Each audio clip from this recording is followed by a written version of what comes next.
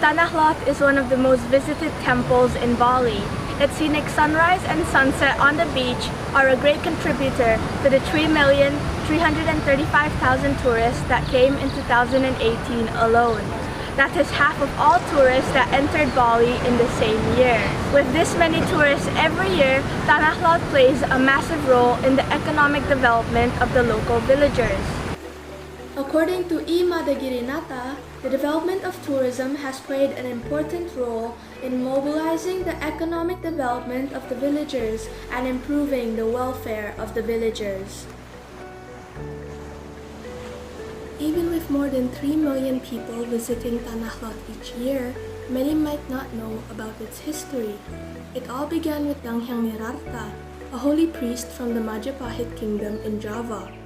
Danghyang Nirarta was in Bali during King Dalam Waturenggong's reign, and the king was more than honored to welcome a holy priest to the island. As a holy priest, it was Danghyang Nirarta's responsibility to teach Hinduism to the local residents. He began his holy journey around Bali during the mid-15th century, and throughout time he had helped establish other temples in Bali, such as Gunung Payung and Uluwatu. When Danghyang Nirarta was on the western coast of Bali, in Pura Rambutsiri, he saw a holy light beaming from the southeast. Danghyang Nirarta then followed this beam of light because he believed it was a guide provided for him.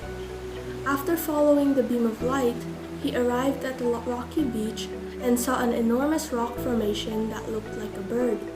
This rock formation was called Gili Beo, with Gili meaning a small island and Beo meaning bird.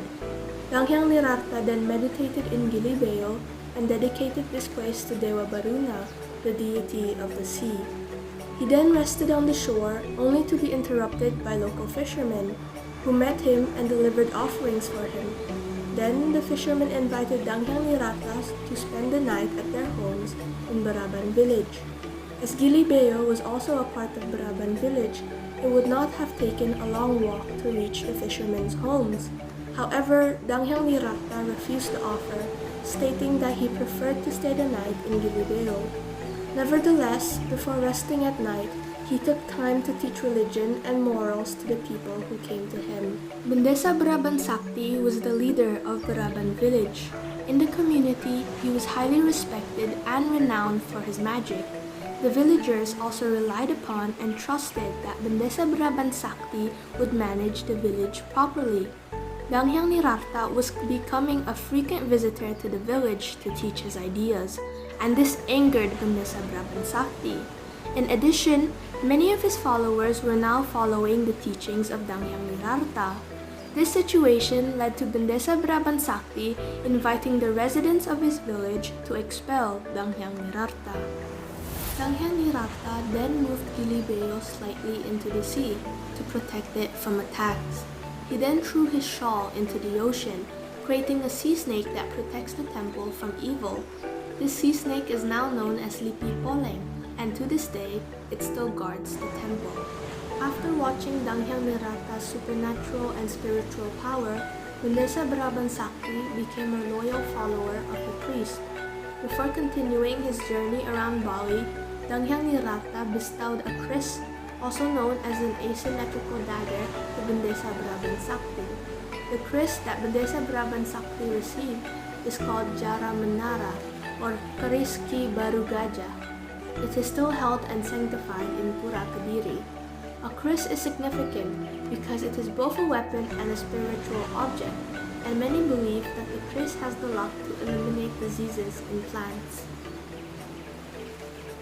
Danghyang Nirarta also advised the villagers to build a temple on top of Gili Beo because, according to his sacred inner vibrations and supernatural guidance, that this place is good for our worship to the god. This temple and the rock formation is now known as Tanah Lot, meaning land located in the sea. This sacred temple also comes with its myths, including the one that states, if you come to Tanah Lot with your significant other, but you're not yet married, the relationship will quickly come to an end. While many tourists may come to Tanah Lot, some may not know that beneath Tanah Lot, there is a cave famous for its freshwater spring. which is unusual because salty ocean water surrounds the temple. This freshwater spring rises from beneath the rock, and visitors may receive a blessing of holy water as it pours out of a crevice overhead. This leads to the next myth, which is that this freshwater spring can keep you young. Additionally, many believe that the holy snakes guard and protect the temple and its people. Up to this day, there has never been an incident where a holy snake has ever bitten a visitor or a local at Tanah Lot temple. A local priest has also stated that the holy snakes are only found in Tanah Lot and nowhere else in the world. Although this has not been proven scientifically, the priest can prove through the text that the nests of these holy snakes only exist in Tanah Lot. Tanah Lot is essential because it is a temple to worship Dewa Baruna, but it is also important economically. While Tanah Lot might be one of the most famous temples in Bali, many might not know about the restoration process that it went through way back in 1980. As the rock began to crumble due to sea erosion, it became dangerous for worshippers to enter the temple. Thus, the Japanese government lent approximately $130 million to the Indonesian government for the restoration process of Tanah Lot and several other temples in Bali. Not only that, but the Japanese government also supervised the renovation.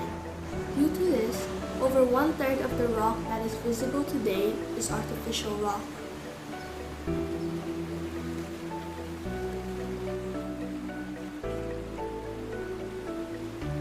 Tanah Lot started with Danghyang Nirarta, who was taken aback by its spectacular scenery and dedicated the spot to worship Dewa Baruna. It is home to some interesting myths that has remained the same throughout the years. It has also undergone many changes throughout time, which created a boost in tourism and led to a better economy and the betterment of the villagers' livelihoods. In 2018 and 2019, Bali hosted 6 million foreign tourists each year. However, the pandemic has greatly impacted the tourism industry, which led to only 1 million foreign tourists visiting Bali in 2020. Nevertheless, its sacred spot to worship Dewa Baruna and the scenery will remain kindred in the years to come.